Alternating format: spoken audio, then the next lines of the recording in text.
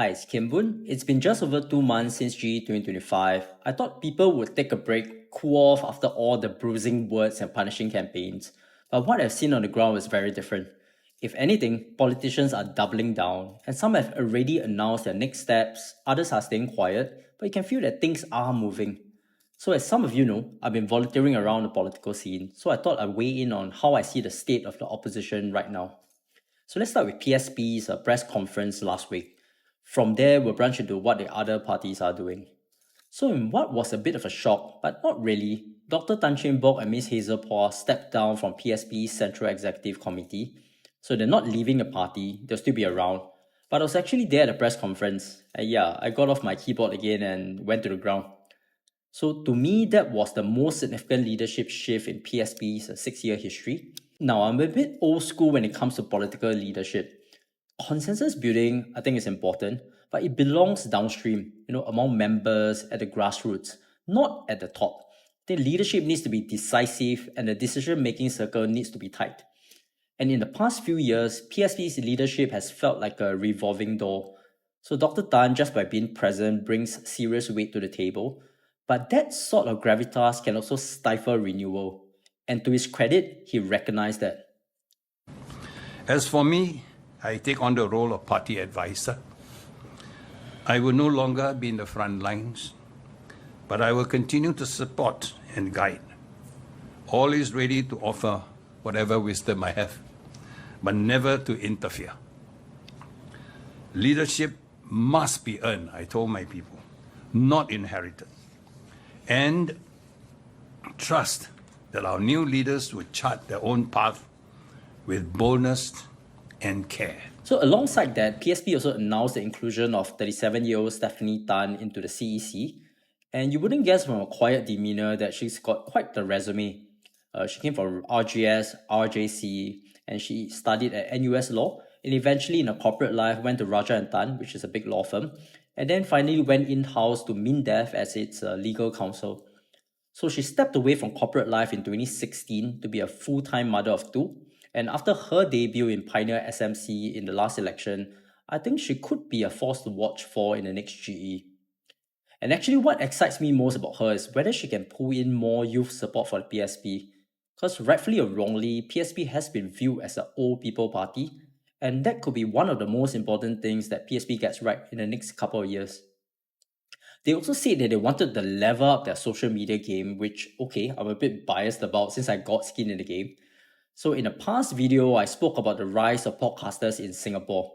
And I think one viewer commented that social media is just an echo chamber, because if it worked, then the PAP would have lost long ago, given the number of anti-establishment posts that you see on Reddit and forums during the GE. So let's unpack that a little, right?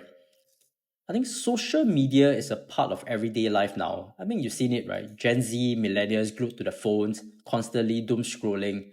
And they like to walk into people, which I find a complete nuisance.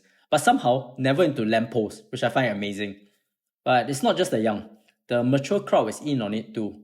So when I started Red Dot Perspective, I looked at the devices that people use to watch the channel. And I was really surprised that over 30% watch on TV and tablets.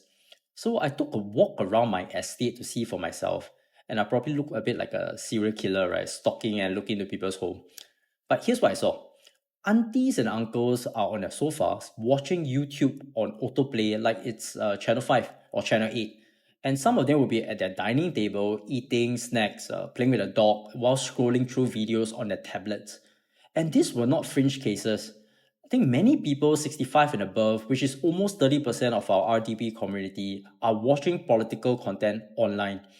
And they are not mindlessly loyal to the PAP. I realize that they are engaging, they're learning, and the idea that older folks always vote PAP just because isn't really accurate anymore. But that said, social media won't entirely control the political narrative. I think that's a bit naive. I think there are gaps. I mean, for example, we still don't have a consistent Mandarin-speaking political channel. There's no Chinese version of Red Dot Perspective for the Chinese-speaking crowd. So there's no way of reaching out to them. And if you didn't know, YouTube recently rolled out auto-dubbing, but there's still no Chinese option. But if you haven't tried it yet, I encourage you to try it. So it's actually quite interesting. You can actually get this channel on Bahasa, Japanese, and other languages. And from what I heard, it's pretty accurate. Now, let's get back to how social media plays into politics. It's a given that social media matters, but the format matters too. Think short versus long form. We saw this during GE 2025, where shorts are perfect for slogan politics, and PAP has successfully mastered it. I mean, it's efficient, it's memorable, and when you're a party with good fundamentals, where everything seems to be not bad lah, housing, transport, stability, you can use 15 to 30 seconds to reinforce your strength and discredit your opponents, then you're ahead. Meanwhile, the opposition has a much harder task. They will need to achieve breakthroughs. I mean, one example, during GE 2025, I followed some opposition house visits. The number one thing that they tell voters, your vote is secret.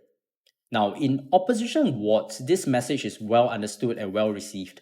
But in PAP areas, you still get the look for residents, in disbelief, a bit of hesitation. And to be honest, I was really surprised that in 2025, that fear still exists. And let me be clear, I don't think PAP is fear-mongering here. It's a myth that started probably decades ago that still lingers.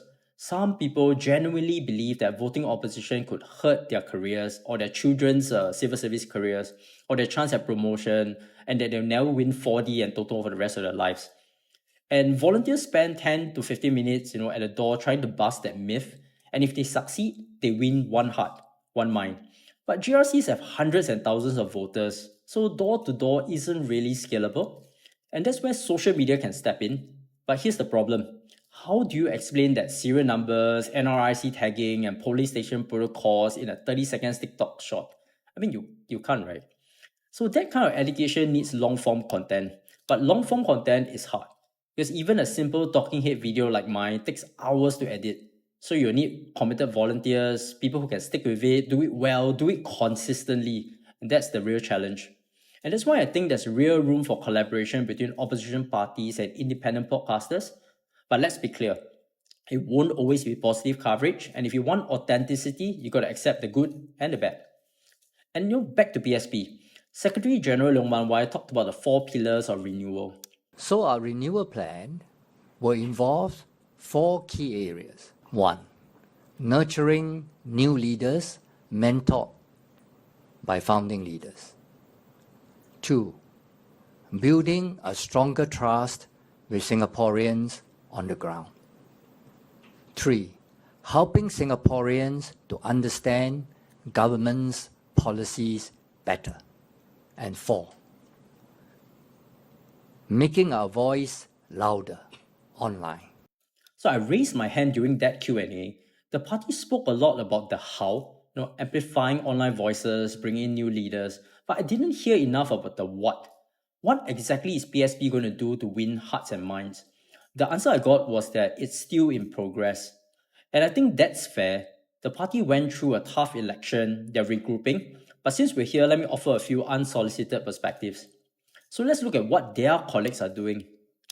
Over at the Singapore Democratic Alliance, or SDA, they've gone all in on groundwork, and they're rooted in Pasir Ris-Changi GRC, and they've been doing weekly estate visits since GE 2025. And full disclosure, I joined them on every Sunday to help out and to get a better sense of what's going on, and I learned a lot. So I found that people really appreciate seeing familiar faces like Desmond Lim, Faisal, Lisa, etc., sweating it out under the late morning sun, the walking the blocks rain or shine. And one common criticism of the opposition is that they disappear between elections. And I'll let Desmond Lim say his piece on this. Many people thought that we are just fly by night. Every 5 years, just appear one. So being there week in, week out, that matters because it chips away at old perceptions that the opposition are fly-by-night parties. And of course, presence is not enough. You got to deliver outcomes for residents. When you do house visits, you hear about all sorts of municipal issues. So things like choked rubbish chutes, smelly corridors, broken lights. And it's an extra set of eyes to help. And that's value add. But some issues go beyond the municipal. Financial aid, family disputes, urgent housing issues. This require agency to support. And that's when you may need an MP to write in appeal letters. And what I respect is this. When SDA recognize that it cannot resolve something, they are not shy about reaching out to the PAP MPs like Mr. Desmond Tan to escalate matters. And most of the time, there's no credit for the SDA. So to me, the ability to put down egos and focus on effectively doing right by residents, that's why I chose to spend time volunteering with them. So of course the downside of groundwork is that it's hard, often thankless, and it may not translate to votes. So when the SDA was at Loyang Point some weeks ago, I saw Minister Indrani pop by, and when they're at Pasir Drive 6, MP Cheryl Taha was there with his team. Coincidence? Maybe. But this much is clear to me, that the PAP responds and steps up their game, and effectively neutralizing the SDA threat, so to speak. But that's a good thing, because that competition drives each other to do more for residents, and it's going to be a win for Singapore. And if you go back to PSP, should they go all in on the municipal work? I guess it really depends on the strategy and volunteer base. Or they could go the other way and focus on Parliament. So the party that best embodies that approach now is Red Dot United. So after GE 2025, they floated the idea of a shadow cabinet, one opposition figure per government portfolio, offering checks and alternatives. So we have actually seen glimpses of this in the past, where Mr. Leong Man Wai was already kind of a shadow housing minister to Mr. Desmond Lee. So the idea is good, but it raises two questions. First, do we have enough qualified people? How many opposition figures have deep expertise like Dr. Paul Tambaya from the Singapore Democratic Party in healthcare, for example? Second, how useful is a shadow cabinet if the government ignores it? Because without formal engagement or data sharing, it risks becoming symbolic, and Singaporeans are too sharp to accept a vague ideology without concrete numbers. And let's be real, no opposition party has enough seats to form even a third of parliament, let alone govern. And under Westminster rules, PAP will still have full legislative power. So maybe the real role of a shadow cabinet is in the court of public opinion. If it gains enough visibility and credibility, it can shift conversations even if it cannot immediately shift policies. And in some ways, they're doing what podcasters are trying to do today. And back to PSP, could they play a role in this shadow formation?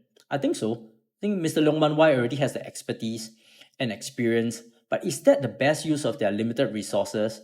I'm not so sure, especially after the results in West Coast Jurong West GRC.